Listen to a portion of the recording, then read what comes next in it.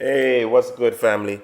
So here's my curry goat remix, and I'm gonna use chunks, and I use the caramel. This is Royal Montego's brand. You can use any brand that you can find wherever you're from. In Florida, this is just the one that I use. I like this one a lot.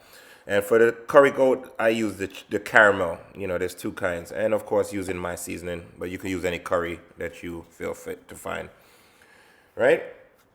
So first of all, now we're using the chunks. I'm going to use about a half of the bag, not that much, because it's just really for me and Sherry, so this is for two. So even though this looks like a little, these are soy chunks. They're going to absorb that water and they're going to, expand. So, and I got some Scotch bonnet and ghost pepper here. And then I'm also gonna put a little thyme and pimento. And these are just the basic seasonings. These are the stuff I got in the house available. That's just how I cook. I cook with whatever's there. This is my spice blend. I'll put it on the screen. It's an allspice, seasoned salt, bunch of little stuff. I just put it all in one. It just makes it easier for me. But you can, season it the way you season it one at a time. However, you know, and here goes some red onions and garlic. Again, it's just what I have in the house. It doesn't necessarily have to be red onions. It can be white, yellow. Don't make a difference.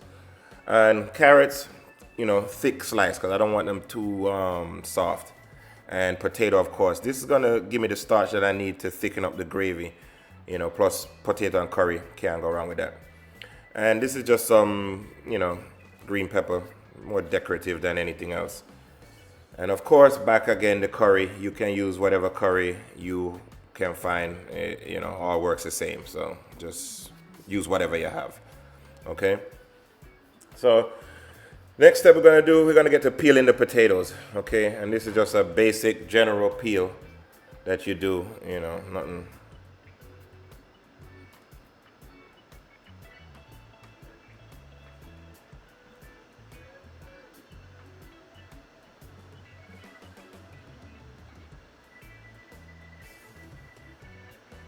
All right. So now I'm just gonna cut these in half, and then cut them again in half, and then just quarter them. I guess, and the size, it just depends on how big you want it. And of course, the smaller you make it, is the faster it cooks. And remember, the chunks don't take too long to cook, so just keep that in mind. And here I put it in some water to get rid of some of the starch, and I'll just rinse this off when it's time to get the thing. So I got the water boiling for the chunks at the same time as this is going. So let's just go ahead and add the chunks right about now. So as you see, just put the chunks in and let it boil. Now you see it frothing up like that already. Now the key to this is to turn this fire down, right? You want the fire to be in around a medium, because if not, that froth that you see there is going to overflow and your stove is going to be done, and then you're going to be calling me like, yo, Balo, what happened? You didn't tell me I was going to do that. Yeah, so just turn the fire down just a little bit, and then let that boil out for about 15 minutes. So here we have it boil out now for the 15 minutes. Now you see how it swole up like I was telling you? You see? So now what turned out to be a little is actually going to be a lot. But luckily we have greedy Sherry. And once you're making vegetarian food, well, she might not even eat this because this is soy. I forgot all about that. With her, you never know. 9 out of 10, she probably won't even taste it. So that means more for me. That's what I'm looking at. More for me. Let's go ahead and drain the chunks right now. And because I'm so lazy, I'm draining it, but I'm going to use the same pot. And this is the beauty of vegetarian cooking too. We don't gotta wash and bleach out this and that and the other thing, because we're just adding more veggies to it. So, right? So I let the heat clean that water out a little bit so it don't splash up on me, and add in some grapeseed oil. You can add any oil you want, vegetable oil, whatever you use, but we use grapeseed oil and coconut oil a lot here. So this is grapeseed oil that I'm using. And then now I'm gonna just put my curry in there and just give it a little smoke. I don't want it to smoke too much. I know everybody says you gotta burn your curry and this, but I guarantee you if you ask them why they do it, they wouldn't know. But this is just to get the aromatics going a little bit, right? Because this is curry. We're not making a curry. So I'm just going to let that just, cook out just a little bit. And then, from here, I'll just go ahead and add the rest of the ingredients, I'll just start with the onions first and the garlic, because those are two things and that need, to just saute just a little bit, just a, tad bit of water in there just to get that going, and get those flavors really popping and out. Again, this, you cook it how you want to do it. This part of it is just kind of how you would make your curry goat. We're just, I just go with the flow, whatever's happening right now. So, I'm going to add some more water to this thing so we can really get this moving on, because I'm actually kind of hungry right now. So bear with me. We're doing this on a quick, we want to be done in, as fast as possible. So I add the potatoes now because the potatoes are going to take at least about, 15 minutes to cook or so. So, I want to get that in there. And then put the thyme and the pimento, and the rest of the ingredients, just get everything in there right now that you can, except for the carrots. You don't want to put the carrots in there yet, and you don't want to put the peppers in. So no carrots, no peppers, stir everything around, make sure that it, everything is good.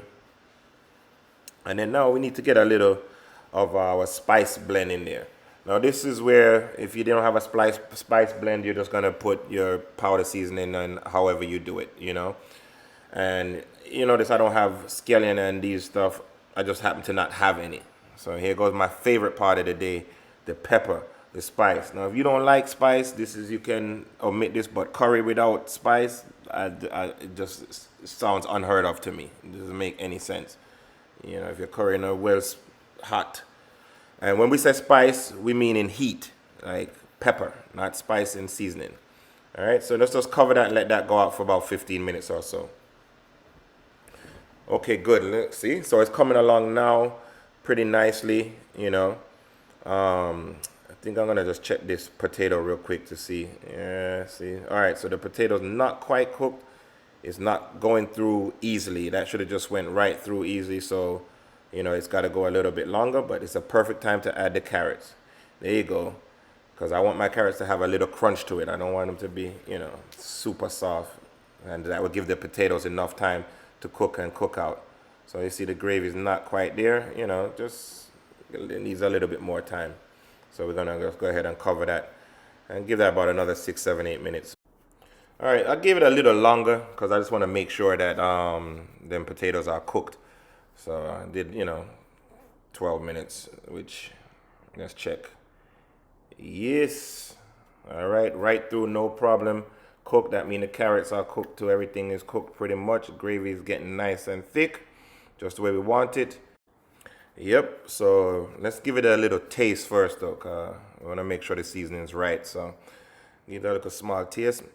Yes, need to add a little bit to it. So I'm just going to hit it with a little bit more of the spice mix. This is where you can adjust. You always season less, and that way you can add more. Just keep that in mind at all times.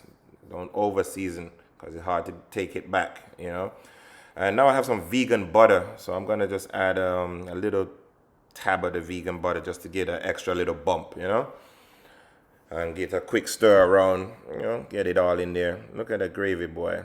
Looking thick, nice. I want to get out them thyme though. Thyme branches, it already broke off into it, so I might as well just take the branches out, because the last thing I don't want it to be in the food, just annoys me. You go for a bite and you have a branch in there. Right? So just go and let that bubble up, but look at that. And now the star of the show.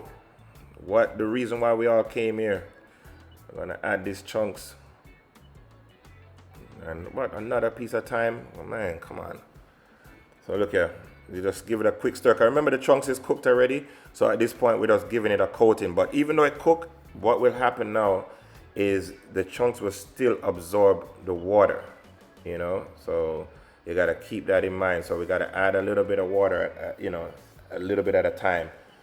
And if you need to adjust the seasoning, you adjust it accordingly. Let me move this thing. It's annoying me. I think that's the last one I got out of there.